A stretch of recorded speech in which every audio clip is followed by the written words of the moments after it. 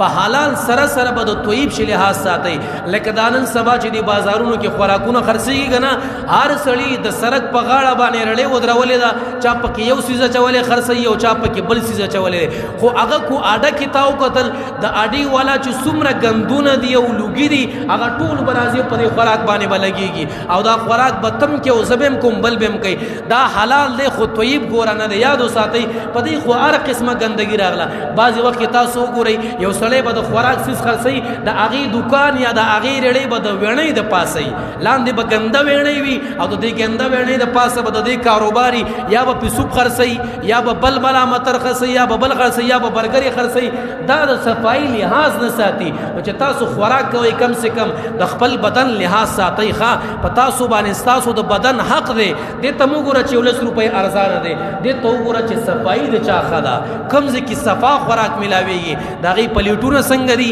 د هغې د راوړلو انتظام څنګه دی د هغې ترتیبات څنګه دي ګورې چې خوراک راځي کم سے کم چې هغه سړی تاله خوراک راوړي نو چې هغه خو پاک سړی خو وي که نه کم سے کم چې پاک پلیټ راوړي